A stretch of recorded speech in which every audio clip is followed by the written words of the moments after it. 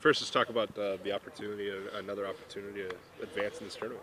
Yeah, I mean, obviously it's a tournament we've done well in the past 3 years. I mean, this is probably our most difficult challenge, having to come back and play on just 1 day's rest, against a team that's, having 2 days rest. But it is what it is. It's a challenge we have to accept and we have to rise up to.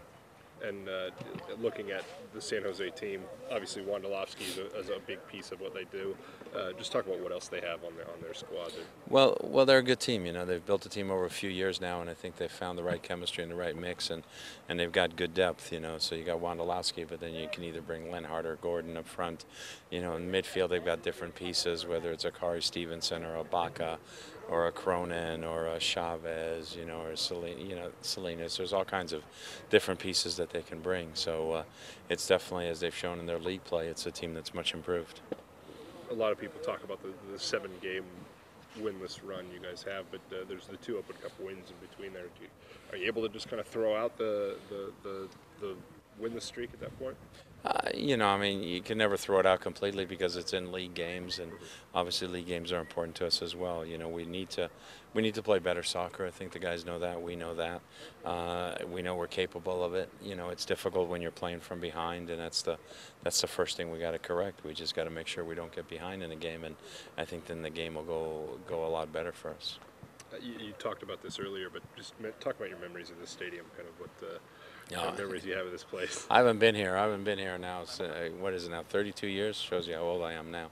But my only time coaching here was in 1980, which was my first year at UCLA. So we played University of San Francisco in the playoffs, and we lost 2-1 in overtime. It used to be golden goal, or whatever you called it, sudden death. And they had a Brazilian forward who hit side netting in that goal over there, and we walked off the field and went home. But considering that was my first year at UCLA, we finished 18-2-2. University of San Francisco went on to win the national title that year.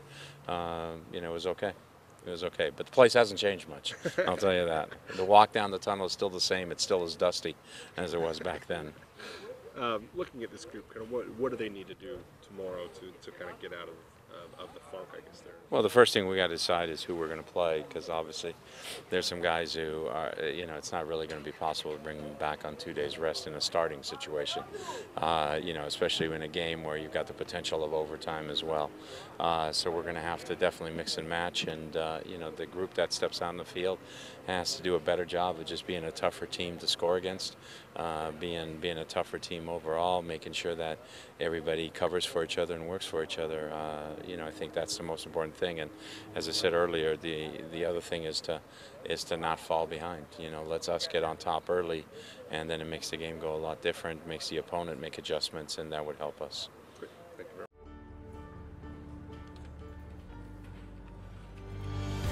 Give your full 90 with the Sounders FC mobile app, featuring live audio, matchday blog and much more to keep you connected. Download your app at soundersfc.com/mobile.